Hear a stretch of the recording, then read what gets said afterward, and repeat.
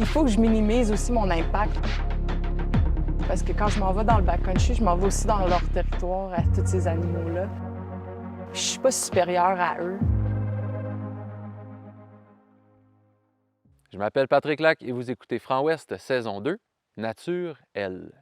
Pour entendre toute ma conversation avec Alexandra Pronovo, diplômée en anthropologie, alliée des causes environnementales et Premières Nations, ainsi que passionnée de hors-piste à Ritalac en Colombie-Britannique, rendez-vous sur webwest.ca ou la plateforme balado de votre choix.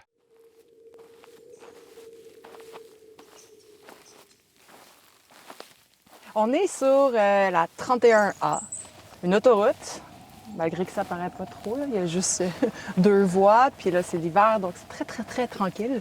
C'est situé entre Caslow et New Denver. C'est une autoroute qui a été bâtie dans le temps de l'époque minière. Ici, en ce moment, on est à 1000 mètres d'altitude. Fait que c'est considéré comme une passe. Puis c'est aussi considéré comme un corridor de connectivité pour toute la faune et la flore. Les crocs grizzlies, les caribous, les carcajous.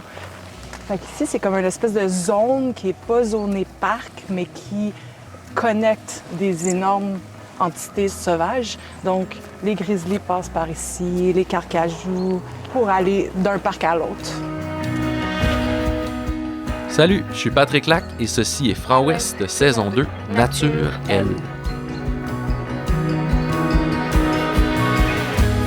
Je parcours l'Ouest canadien pour aller à la rencontre des femmes francophones passionnées de plein air. Épisode 4, Alexandra Pronovo, Splitboard, Ritalac. C'est toujours le fun de juste être dehors puis de se balader. C'est ça que je réalise en vieillissant. On dirait que j'aime pas plus, mais j'aime vraiment l'ascension. Avant, je faisais juste la descente ou beaucoup de descente, tu sais, dans une station de ski. Puis là, depuis que je fais juste du backcountry, je sais pas, il y a quelque chose de vraiment plaisant de développer une relation avec la montagne, de remarquer toutes les petites choses que la neige fait aussi. T'es plus in tune avec les éléments. Puis tu vas faire une descente dans ta journée. Puis c'est tout. Tu sais, ça va être génial, mais tu vas passer 2-3 heures à monter. Anthropologue de formation, Alexandra Pronovo travaille maintenant au sein de l'organisme Autonomous Sinaics à Ritalac. Celle qui est aussi matelot, DJ et artiste de burlesque est alliée des causes environnementales et Premières Nations depuis longtemps. Elle nous explique la situation unique et compliquée dans laquelle se trouve le peuple Sinaics au Canada et de leurs efforts pour la préservation de leur langue, culture et de l'écosystème fragile de Ritalac, comprenant Spikelana en langue Sinaics. On la rencontre devant la murale aux couleurs vives et chatoyantes qui borde la route enneigée de ce village fantôme qui date de l'époque minière. Les pots d'ascension bien fixés, on est déjà à plus de 1000 mètres d'élévation et on s'élance dans la neige fraîche de cet endroit peu connu de la Colombie-Britannique. J'aimerais souligner qu'on est aujourd'hui rassemblés dans le territoire du Grand Grizzly Blanc, le Pikelana, qui fait partie du territoire ancestral et non cédé du peuple Sinaics, le Temhulao. Je veux dire que je suis très reconnaissante de pouvoir être ici puis de pouvoir profiter de ce que la nature nous offre. Puis je demande aussi de la protection. Puis on va faire une petite offrande de tabac plus tard. J'aime ça faire ça en début de saison. En offrant du tabac, les esprits de la montagne sont heureux puis ils nous offrent un peu de protection pour notre saison.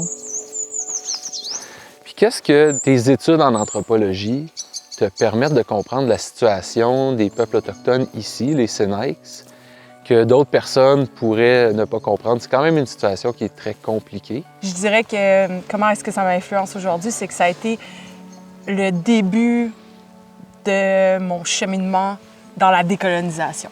J'ai eu des cours sur les Autochtones et l'État canadien. J'ai commencé à apprendre sur les pensionnats, le 60s Scoop, tous les traités signés dans l'Est mais qui n'ont jamais été respectés. Tu sais, donc là, t'es comme réveillé, t'apprends tout ça. Puis là, je passe à travers, tu sais, comme le white guilt, tu sais, se sentir coupable d'être blanc. Puis après ça, une fois que tu traverses ça, parce que c'est important de traverser ça, parce que si tu restes dans cette espèce de sentiment de culpabilité, t'es pas utile à la cause. Tu sais, ça m'a mené à plein d'expériences au Québec, que j'ai travaillé avec diverses communautés autochtones aussi. Puis j'ai eu la chance tu sais, de rencontrer des aînés qui avaient été nés dans le bois, dans un tipi ou dans un igloo, puisque j'ai aussi eu la chance de travailler avec les Inuits. Fait que c'est sûr que ces expériences-là, en personne, c'est là que tu apprends le plus. Quand tu écoutes puis tu entends les histoires vécues des gens, tout ce que tu as appris dans ta théorie ou dans tes livres, là, ça frappe.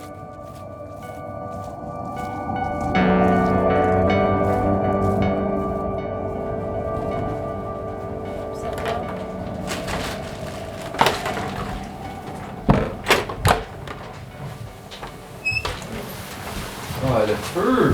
Oui! Comment tu te définis, toi? Je suis le genre de femme qui touche à beaucoup de choses, mais qui n'est pas nécessairement spécialisée dans rien. Même que je m'ennuie si je fais quelque chose trop longtemps, trop sur le même sujet. Je fais un peu de DJing, je fais un peu de burlesque. Je suis quand même patenteuse, mais je suis aussi quand même très intello, sportive, mais tu sais, pas à fond dans rien spécialement, mais comme j'aime m'intéresser à beaucoup de sujets aussi, tu sais, là, je commence à être de plus en plus calée dans les sujets de l'environnement puis de la conservation des grizzlies parce que je suis dans cet environnement-là ici. J'ai été matelot pendant 5 ans, fait que j'ai aussi ça, tu sais, j'ai comme beaucoup de cordes à mon arc. Matelot? Ouais, Où j'ai ça? navigué, écoute, tu sais, c'est une drôle de portion de ma vie, mais comme à l'âge de 30 ans, 31 ans, j'ai participé à l'émission, c'était un documentaire, aventure, télé-réalité, La Grande Traversée. Ah, Puis, ça me dit de quoi? Puis la description était quand même vague et c'était « Nous recherchons des gens qui aiment l'aventure et l'histoire ». Là, c'est ça, moi j'ai mon bac en anthropologie, je m'intéresse à l'histoire, of course, l'aventure, oui, c'est parce que je suis quelqu'un d'aventureux, qui aime se prendre des risques, puis je suis capable de changer ma vie, tu sais, de vraiment faire des grands changements de cap, comme venir habiter en Colombie-Britannique. J'ai été prise, j'étais très surprise, puis autre changement de cap, j'étais dans l'Arctique à ce moment-là. Fait que je travaillais avec les Inuits dans une école, je faisais un contrat de remplacement. Puis je me fais contacter par l'émission. Dans le fond, ils nous ont envoyés en France. Puis le concept de l'émission, c'était qu'on traversait l'Atlantique dans les conditions de nos ancêtres. Wow! Donc, les prérequis à la participation, c'était qu'il fallait que tu aies une ancienneté assez loin, tu sais, génétiquement parlant, là, dans mon arbre généalogique. Donc, ils nous ont fait notre arbre généalogique. Donc, j'ai découvert que mes 2 ancêtres, dans le fond, j'ai eu une femme puis un homme qui ont traversé à peu près à la même époque, en 1660. Fait que j'ai comme visité l'église où mon arrière-grand-mère avait été baptisée. En France? En France, ouais, dans le bout de La Rochelle. Donc, c'est sur un grand voilier à 3 mâts qui s'appelle le Picton Castle, mais là, dans l'émission, ils l'avaient appelé l'Espérance. Ils nous ont enlevé tous nos biens matériels, tous nos trucs du 21e siècle. Et ils nous ont donné un coffre. Dans le coffre, il y avait comme le costume de l'époque. Puis on a fait la traversée. Wow! Puis on était filmés à travers ça. Puis là, tu sais, il y a des gens qui ont craqué, il y a des gens qui ont vraiment pas trippé. C'était pas facile parce qu'on travaillait les corps de travail avec les matelots. Donc au moins, on n'était pas mis en cale comme nos ancêtres. Là, tu sais, il y avait des petits anachronismes. Que personne d'autre aurait peut-être remarqué, mais... Ouais, c'est ça. Je suis Mais content comme d'en quand parler t'es un avec peu toi. calé de l'histoire... Tu sais, un autre exemple, c'est qu'ils nous avaient donné de la vaisselle, tu sais, pour cuisiner, parce qu'on devait cuisiner nos propres mets. Puis, je pense qu'ils avaient acheté ça dans un antiquaire. Puis la poêle en fonte, là. Ouais. Nos ancêtres étaient pauvres, tu sais. Ceux qui traversaient, là. Il y avait j'ai pas de lu, la fonte de... Ben, s'il y avait une poêle en fonte, ils la gardaient clean. Ah Tu ouais. sais, ça serait comme l'instrument principal de cuisine. De tous les qu'ils utilisent jours, à chaque 3 jour. repas. Celui qu'ils nous ont fourni était couvert de verre de gris. Ah, donne pas vraiment le goût de manger là-dedans. Notre première soupe, là, était comme noirâtre. Ouais. Fait que, tu sais, ça, c'était comme un autre anachronisme. C'est comme, ça faisait beau, mais dans les faits, nos ancêtres étant pauvres comme ils étaient, leur poêle en fonte, ils l'ont regardé bien belle, bien propre. Puis là, ce tournage-là a pas duré 5 ans, quand même. Non, ça a duré, c'était 55 jours à Puis on peut traverser. l'écouter, ça? Ouais, elle a été en ligne pendant longtemps, ils l'ont rejouée. Wow! Ouais, Ça va peut-être que tellement le ça fun. se trouve encore sur le... C'était sur Radio-Canada, dans le fond, que ça jouait. Parce que moi, c'est ça l'affaire, c'est que j'ai trippé ma vie. Pendant que on était 10 colons, 6 hommes puis 4 femmes, puis la plupart ont détesté l'expérience, mais moi, j'ai juste comme tellement allumé. J'adore ça, découvrir des nouvelles cultures, sous-cultures, tu sais, mon côté anthropologue. Là, je découvre la sous-culture des marins et de grands voiliers. C'est une belle gang de monde, international, tu sais, qui sont passionnés de garder vivant Des coutumes. Puis des coutumes, puis aussi des pratiques qui datent de avant les engins. Parce que ce navire-là, en fait, dans la vie de tous les jours, c'est un navire école. Comme en ce moment, ils sont en train de faire un voyage autour du monde. Puis ils vont à plein de petites îles, tu sais, que tu peux juste accéder en voilier presque. Puis il y a encore à bord un woodworker, tu sais, un charpentier qui fait toutes les réparations. Il y a encore un sailmaker. Donc, toutes les voiles sur ce navire-là sont cousues à main. Fait que, tu sais, j'ai appris à coudre des voiles, j'ai appris à faire du travail de bois. Tous les cordages sont en chanvre, tous les nœuds, tu sais, on a tout appris ça. Là, j'ai 55 jours de temps de mer. On a tenu les corps de travail, donc là, je suis quand même avancée. Tu sais, tu peux, pour devenir matelot au Québec, tu peux aller à l'IMQ, l'Institut maritime du Québec, puis faire l'école, puis après ça, tu fais des stages, puis là, t'accumules du temps de mer.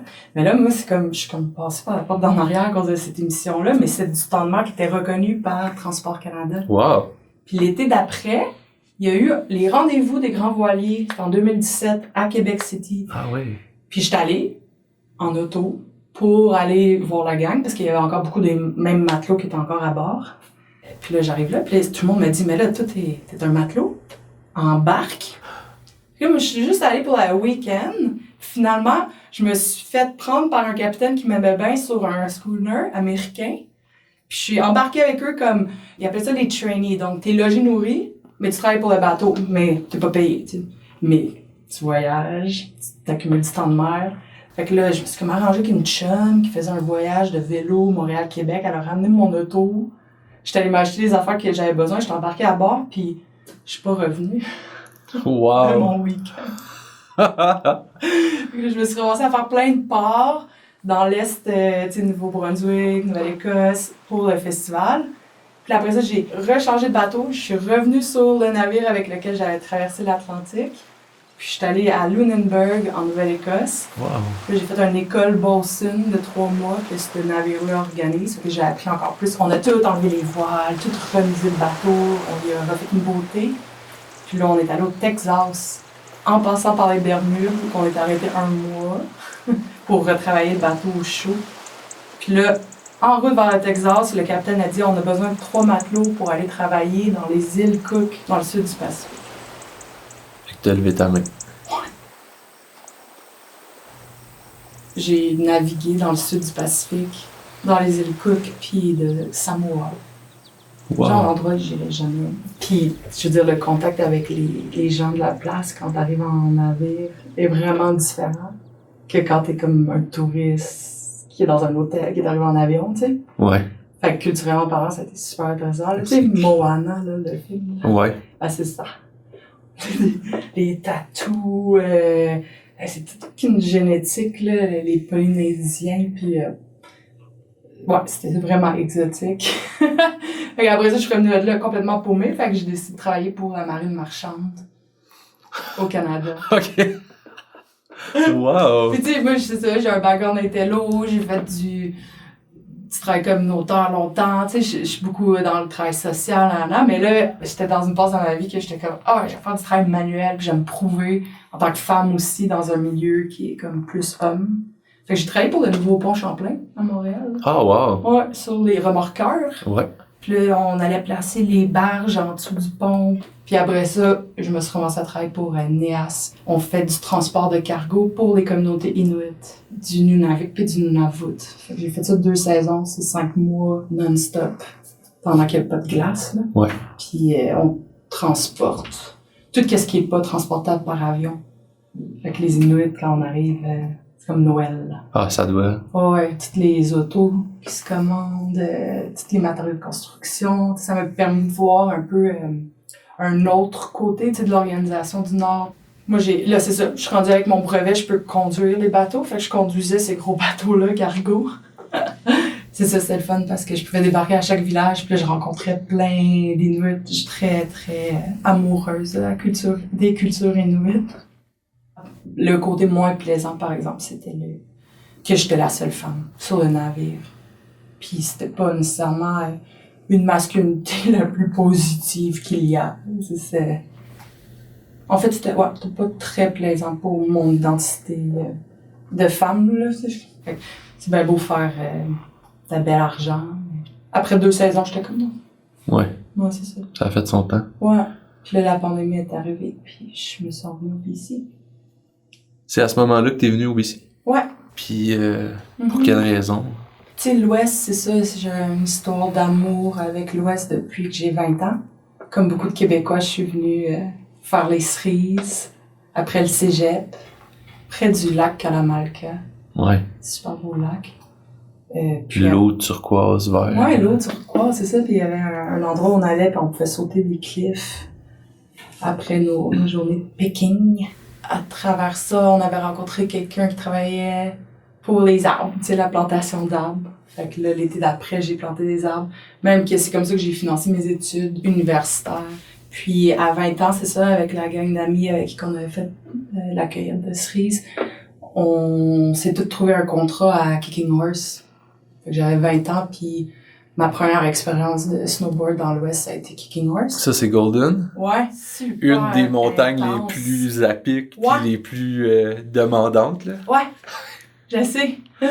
La première fois, je m'en souviens encore, là, les hôtels étaient même pas finis d'être construits là en bas. Là. La montagne, elle venait d'être achetée. Avant, c'était une petite montagne locale. En fait, ça faisait pas plaisir aux locals, là, parce que là, tout d'un coup, les prix des billets, tout était comme en train de se gentrifier puis de se transformer. Là. Mm-hmm. Mais nous, j'étais pas tant consciente de tous ces aspects-là socio-économiques à cette époque-là. J'étais juste... moi, je checkais les billets, tu sais. Puis j'organisais le parking. Puis ça me permettait de skier à chaque jour, d'avoir une passe gratuite. Puis la première fois dans le gondole, ouais, j'avais peur, là, je tremblais. J'ai jamais fait de ski dans poudreuse, tu sais. C'est vrai, parce qu'on n'a pas ce type On de n'a pas neige-là, ce type ou de peut-être neige-là. une fois par année, là, au Québec, là, genre, mais tu sais, Profond comme ça. ici, c'est quasiment tous les jours. Tu sais, dans le fond, c'est ça, cet hiver-là, là, j'ai vraiment gagné en expérience puis en capacité, là, de planche à neige. Tu sais, moi, rapidement, j'ai pris goût au hors-piste et pas tant aux passes puis aux billets de ski, puis ça va vite. Puis quelqu'un qui a Après, jamais c'est- fait du hors-piste, c'est quoi la différence, ou qu'est-ce qui t'allait chercher de... Ou pour quelle raison tu penses que t'as plus trippé hors-piste, finalement? Ben, c'est sûr qu'il y a la question du coût. Puis après ça, il y a la neige folle. Fresh tracks. Il n'y a pas de dammers. Tu passes C'est de par la où tu neige veux. fraîche, tu passes par où tu veux. Donc, il y a le côté aventure, il y a le côté débrouillardise. Il y a le côté aussi la relation que tu bâtis avec l'endroit. Parce que la montée prend beaucoup plus de temps que la descente.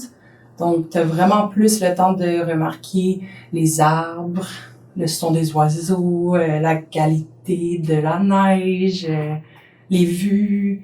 Tu sais, j'ai toujours aimé quand même la partie ascension, mais l'entraînement aussi que t'as. Moi, j'aime ça faire ça en petits groupes. Quand même des risques associés à ça. Faut que tu fasses confiance aux gens avec qui t'es. Puis, tu sais, j'ai déjà été dans une situation où quelqu'un a vraiment pris peur. Tu sais, des fois, il y a des petites avalanches ou t'es pas dans un environnement contrôlé. Et donc, l'adrénaline que t'en retires. Fait que c'était une envie de m'éloigner des foules puis d'avoir une relation plus intime aussi avec l'environnement. Et moins d'impact. Tu sais, ça, c'est venu par après cette réflexion-là. Mais tu sais, fabriquer de la neige, couper tous les arbres pour faire des pistes. Tu sais, il y a un impact, il y a une empreinte écologique assez grand. Tandis que si tu montes en pot d'ascension, ça n'a pas beaucoup d'impact environnemental. Tu sais, c'est sûr qu'il y en a un, là. Une des raisons pourquoi je voulais qu'on se parle, c'est parce que je sais que tu es très active au niveau... Il y a un projet de station de ski à Zington, qui est proche de où toi tu habites, qui est à Ritalac. C'est pas tout le monde qui est pour l'ouverture de cette station-là, puis je voulais vraiment que tu m'en parles un peu plus.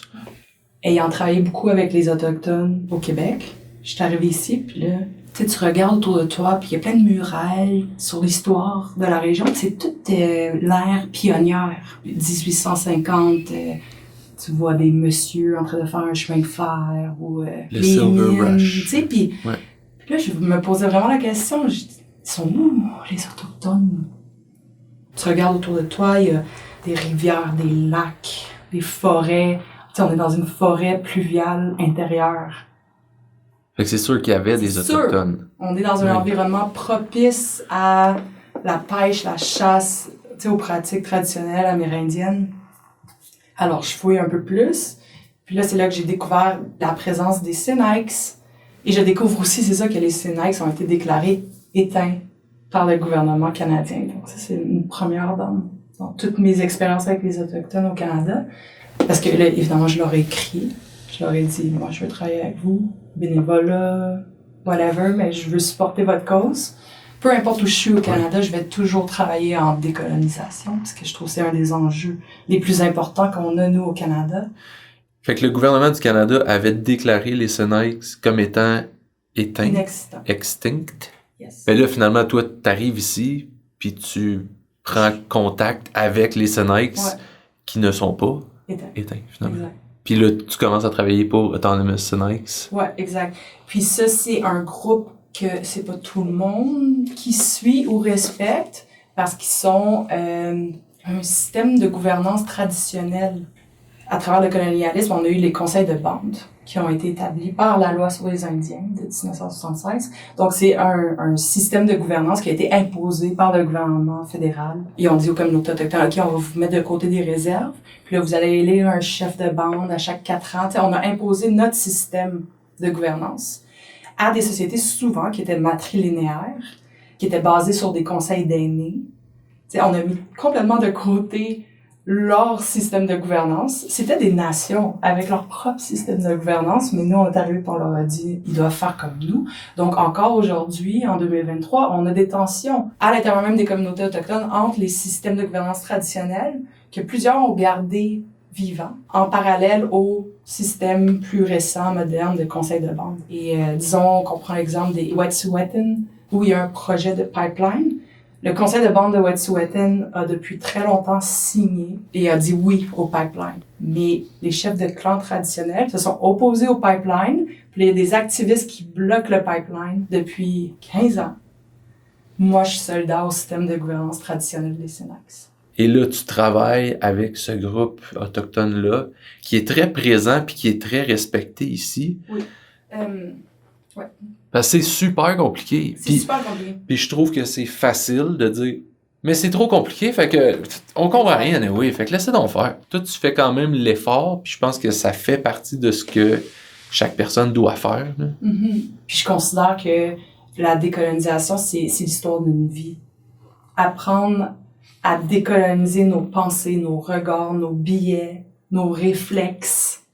Quand tu commences sur ce cheminement-là, tu réalises que il y a beaucoup de déconstruction à faire avant de pouvoir construire. Là, aujourd'hui, on parle beaucoup de vérité et réconciliation. La décolonisation, c'est tout l'aspect vérité, selon moi. Puis si tu veux entrer en réconciliation, même en tant que société, en tant qu'État, il y a beaucoup de travail à faire dans le domaine de la vérité. C'est pas juste de s'acheter un t-shirt orange? Ouais, non.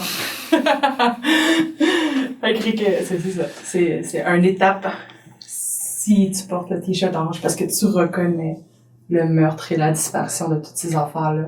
T'es déjà avancé un peu dans le domaine de la décolonisation parce que t'es en train de déconstruire l'histoire un peu naïve qu'au Canada, on n'a jamais été violent puis on a toujours bien fait les choses, tu sais. Mais tu sais, Ça a été un choc, je pense, pour plusieurs Canadiens et Canadiennes quand on a découvert à Kamloops ces restes-là d'enfants qui n'ont pas été enterrés. On a une histoire violente au Canada. T'sais, on aime ça, on dirait penser qu'on est tellement accueillant ici. Et... J'ai dit ça en blague, mais tu sais, ça nous met dans une position qui est extrêmement inconfortable. Puis je pense que des initiatives comme le t-shirt orange, il y a bien du monde qui vont juste sauter là-dessus. Ils vont être comme, c'est fait. Checklist. Mais tu sais, il y a vraiment plus que ça à faire. Une des règles de la gouvernance traditionnelle des Synax, qui est smomim, qui veut dire appartient aux femmes, parce que c'est une société matrilinéaire, matriarcale. Donc, moi, je travaille pour une matriarche qui a été nommée... Pour Marilyn James. Qui a été nommée là par le Conseil des matriarches. Puis, une de leurs règles, c'est que en premier, tu dois prendre soin de toi-même, de ta famille immédiate. Et ensuite, tu peux commencer à prendre soin de ta communauté ou t'investir là où tu es. C'est déjà beaucoup, juste gérer sa vie dans le contexte social où on est. C'est un système économique assez violent. Il y a beaucoup d'injustices déjà. T'sais, ça peut être beaucoup de s'embarquer en plus dans un cheminement de décolonisation, mais je considère que c'est une responsabilité qu'on a tous.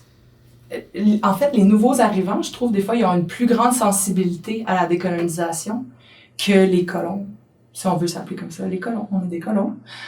Moi, je suis une colonne, ça fait 400 ans qu'on est au Canada, mais c'est ça, on est arrivé puis on a pris les terres, tu sais, veux pas. Il y a eu une énorme injustice dès les débuts, et de pas reconnaître ça, donc de pas être dans la vérité, on peut pas naïvement d'abord avancer dans la réconciliation.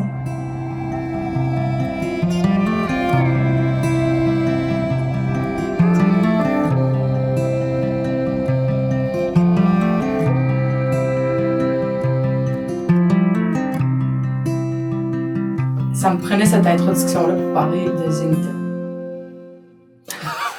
Yes, sir.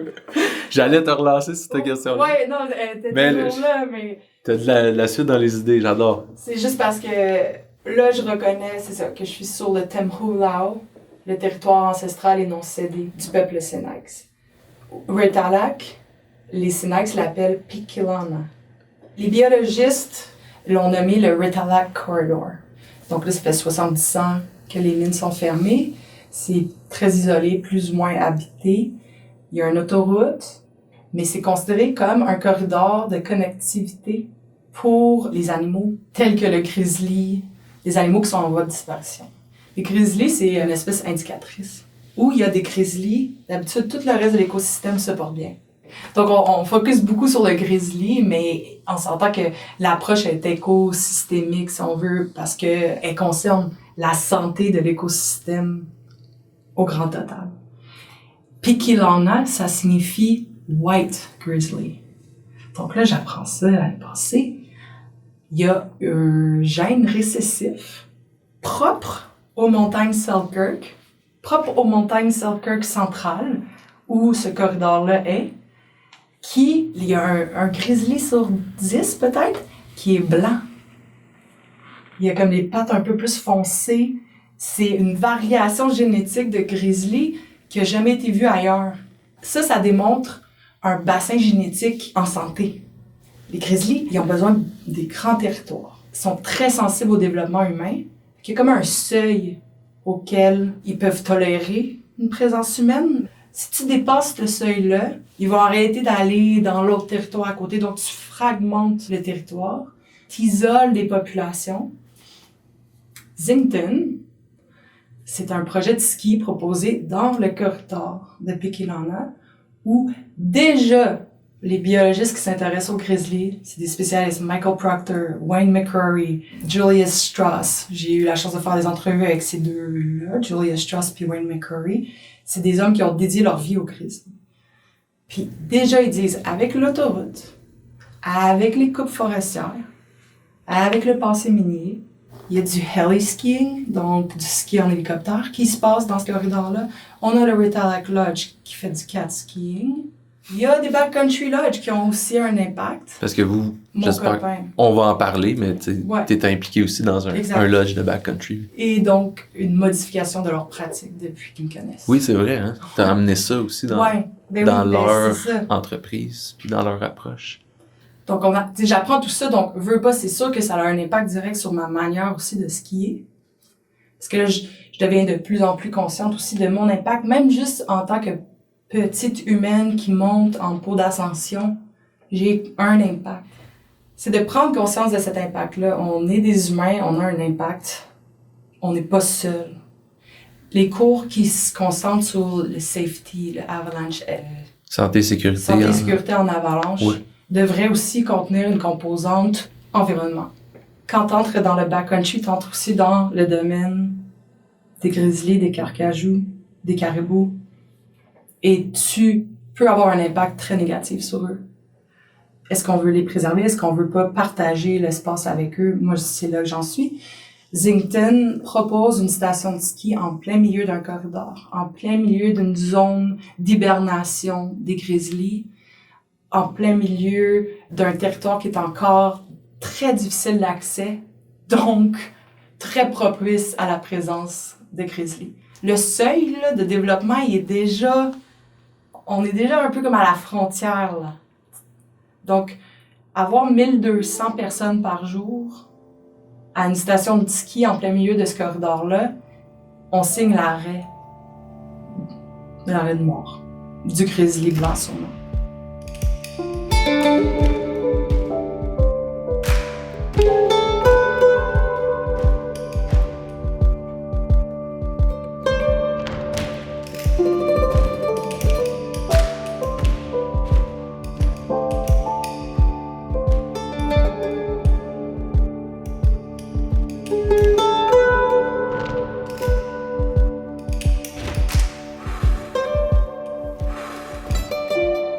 C'est quand même des régions qui sont connues depuis très longtemps par des locals qui vont skier dans ce coin-là. Puis moi, mon opinion, c'est, tu veux y aller? Vas-y à pied. C'est vraiment du beau ski dans ce coin-là. C'est du ski que, quand t'es rendu à un certain niveau, tu peux commencer à aller là.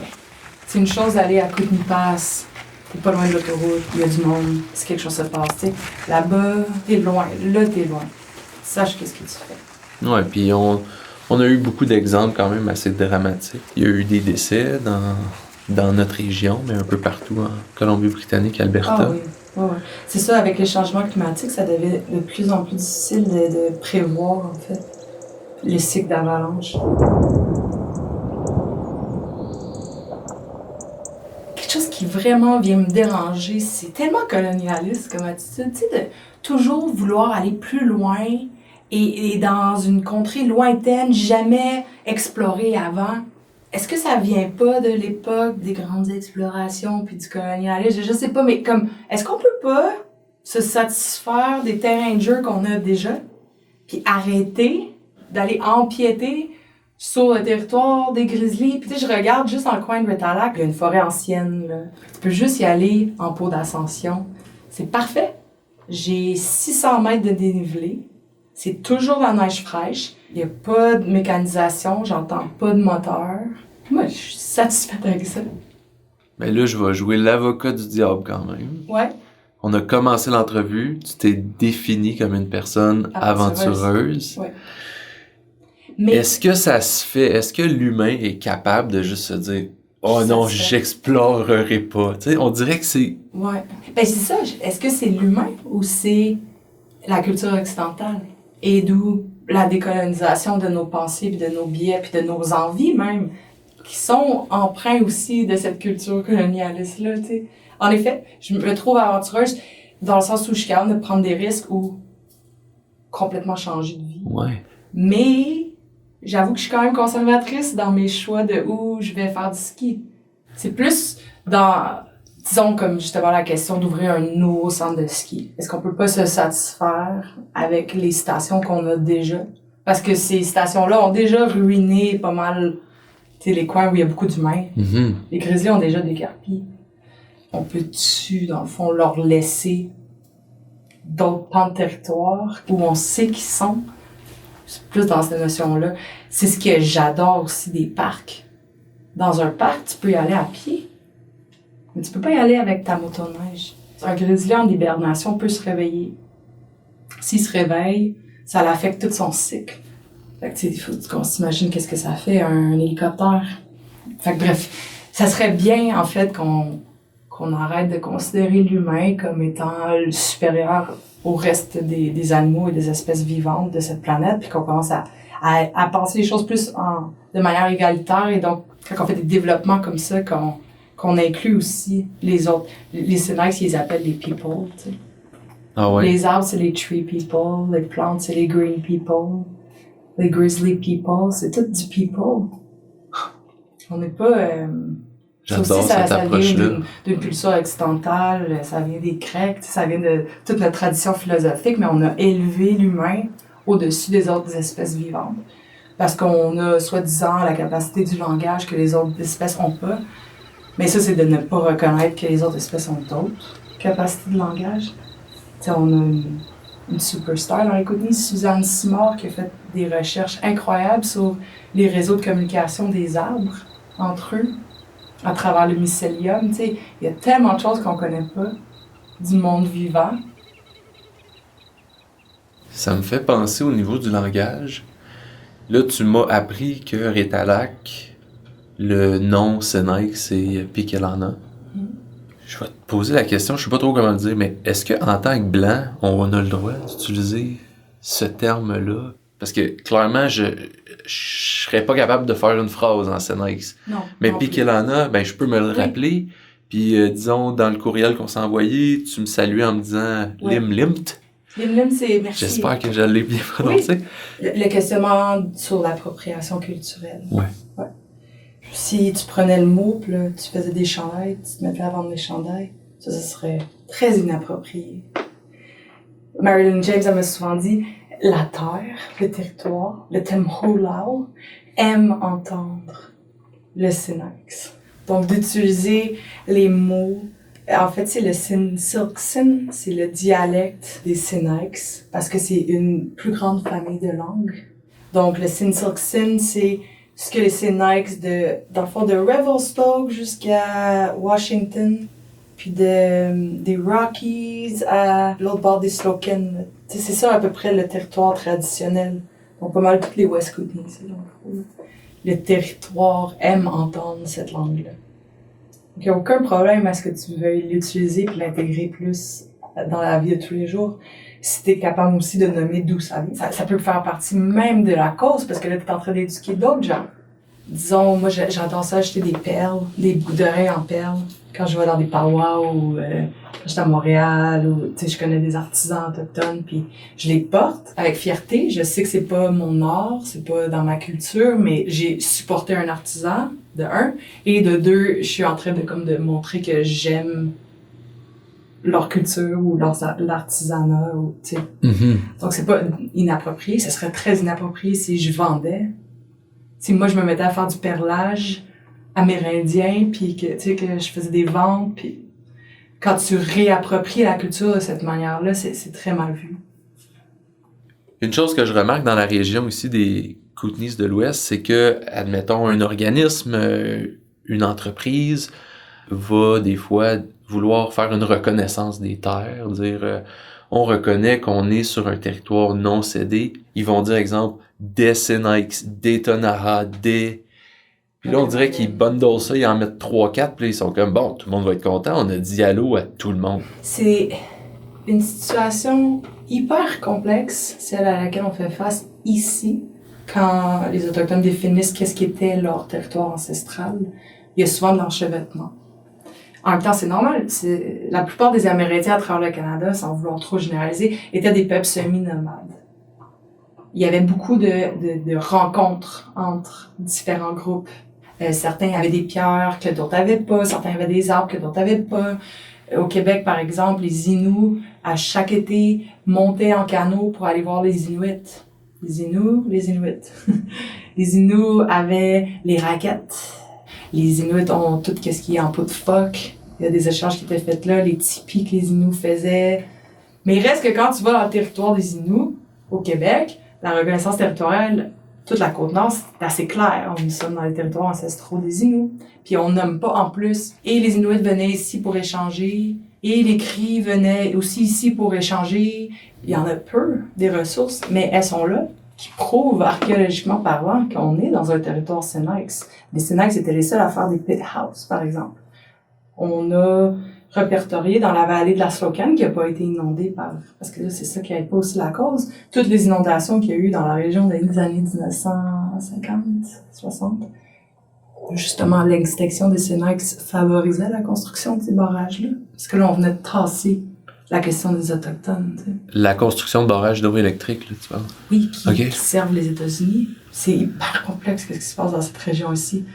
La plupart des barrages sur les lacs ici, c'est pour contrôler les niveaux d'eau dans le sud aux États-Unis. Donc, les États-Unis nous donnent plein d'argent chaque année. Puis là, en ce moment, on arrive à la fin de ce traité-là.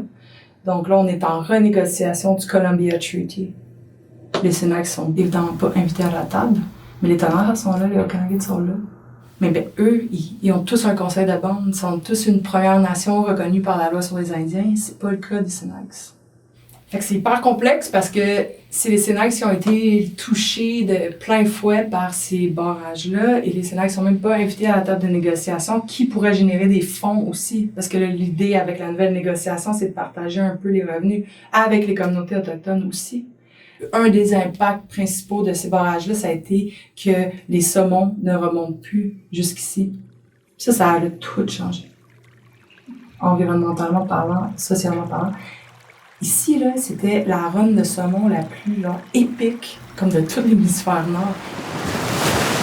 Les saumons partaient de l'océan Atlantique. Tu sais comment loin on est des côtes. Ils se rendaient jusqu'ici, jusque dans Revelstoke, à travers la Columbia. Ils suivaient tout le long. Dans le bout de Castlegar, là, c'était des grosses chutes. Là. Puis là, c'est là que les Ktunaxa, les Okanagan, puis les Sénèques se rencontraient souvent, puis ça pêchait, là. Ça pêchait aussi au Kettle Falls à Washington. Des grosses runs de saumon, là.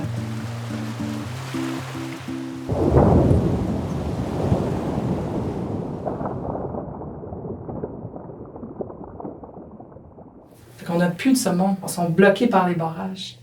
Il y a des chefs de bande qui prennent des décisions au nom de toute leur nation.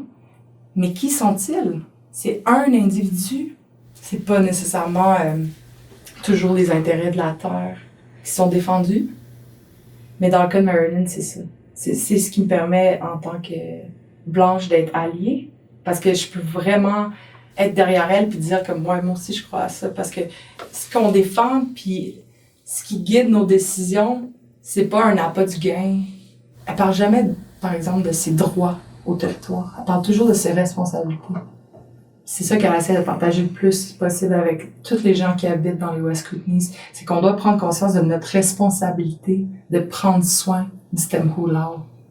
C'est une responsabilité partagée. C'est pas juste pour les Autochtones. Là, toi, t'es francophone. Ouais. Puis t'habites maintenant dans un lieu qui est majoritairement anglophone, de Colombie-Britannique. Fait est-ce que ta relation au français a changé? T'sais, j'ai baigné dans un milieu quand même souverainiste dans les années 80. Mais ceci étant dit, je trouve que de baser un projet nationalisme seulement sur le français, dans le cas de la souveraineté au Québec, l'échec repose dans le fait qu'on n'a pas reconnu qu'il y a 11 autres nations à l'intérieur du Québec qui demandent exactement la même chose que nous, c'est-à-dire l'autonomie gouvernementale, l'autonomie de décider de faire ce qu'ils veulent avec leur territoire, d'enseigner la langue qu'ils veulent à leur école, d'apporter leurs soins de la manière qu'ils le veulent.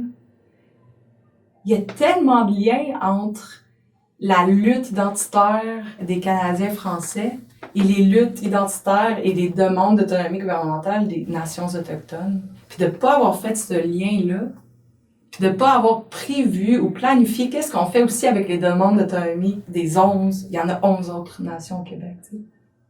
C'est un peu hypocrite de se considérer comme des colonisés, puis de vouloir avoir notre propre pays pour justement plus être décolonisés, mais de pas reconnaître la quête et les requêtes d'autonomie gouvernementale des autres nations qui sont à l'intérieur de notre... Tu sais, c'est pas que je voudrais pas qu'il y ait un pays du Québec, mais en même temps, il faut qu'on prenne en compte qu'il y a d'autres nations. Puis après ça aussi, c'est que il y a plein de francophones dans le reste du Canada. Fait que moi, j'aime me définir comme French Canadian, plus que comme québécoise. Je m'identifie à mon identité de montréalaise, je m'identifie à mon identité de canadienne française, parce que je veux pas isoler les autres communautés francophones du reste du Canada. On n'est pas canadien français sans notre langue française. Tu sais, beaucoup de notre identité culturelle passe à travers la langue. Donc, si la langue disparaît, ou n'est plus parlée, la culture a tendance à aussi disparaître.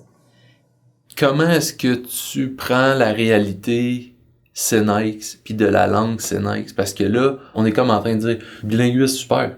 Ouais. Mais on pense même pas à la langue autochtone qui était là avant ces deux langues-là. Non, je suis très d'accord. En fait, j'avais commencé à avoir eu ces réflexions-là, même vu que j'allais dans un programme international. J'ai eu des cours d'espagnol. Et j'ai jamais eu des questions. C'est tout le temps des langues, ou ben l'allemand, ou ben, tu sais, on n'a pas accès tant. Mais c'est quelque chose sur laquelle toutes, je dirais, les communautés autochtones concentraient beaucoup d'efforts et d'énergie. C'est préserver la langue. T'sais, ça dépend aussi du nombre d'interlocuteurs qui sont encore présents. Mais tu sais, j'ai eu la chance dans ma vie d'avoir des livres qui enseignaient l'Inuktitut, des livres qui enseignaient l'Anishinaabe. Est-ce qu'on devrait enseigner plus les langues autochtones dans les écoles? Oui. Puis je pense qu'on le voit de plus en plus.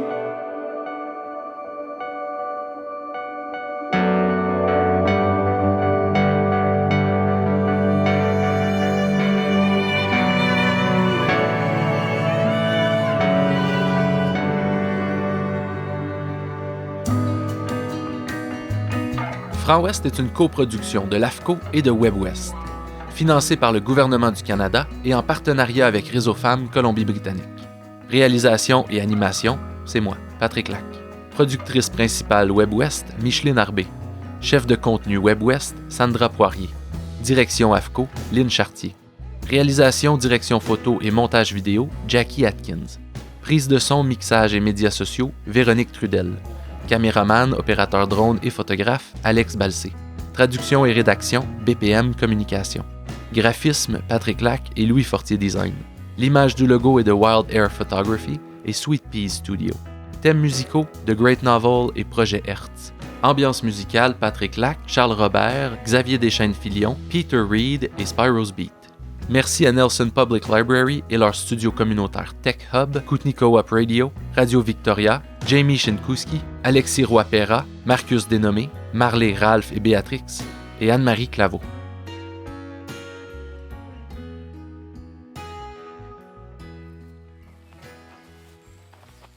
Cet épisode n'aurait jamais été possible sans le soutien de l'Office de tourisme de Nelson et du lac Kootenai. Certains considèrent notre région comme l'un des écosystèmes les plus rares de la planète. On y retrouve des forêts anciennes, des espèces emblématiques comme le grizzly et le saumon kokanee, une vaste toundra alpine, des sommets majestueux et des vallées glaciaires qui recouvrent une zone tempérée intérieure unique. Notre région est peu connue, en fait. C'est 2 chaînes de montagnes, un lac immense alimenté par les glaciers et une véritable expérience authentique de culture, de plein air et de détente. Vous ne pourrez pas ressentir toute la richesse de cet endroit à travers votre cellulaire ou l'écran de votre iPad, même pas avec un épisode balado. C'est juste pas la même chose que de venir en faire l'expérience en personne. Il y a les rues principales qui datent d'une autre époque, aux couleurs vives et inspirantes, avec leurs galeries d'art, leurs théâtres, leurs boutiques. Il y a les dizaines de cafés, de microbrasseries, de restaurants à découvrir, avec une ambiance d'après-ski tout au long de l'année. Faut pas oublier non plus la légendaire poudreuse. Que ce soit à la station de ski Whitewater, en cat-ski, en héliski ou simplement en hors-piste, c'est inoubliable. Peu importe ce que vous recherchez, vous allez le trouver ici. Nelson et le lac Kootenai. Notre place, votre place. Visitez le nelsonkootnailake.com pour trouver des idées inspirantes de voyage.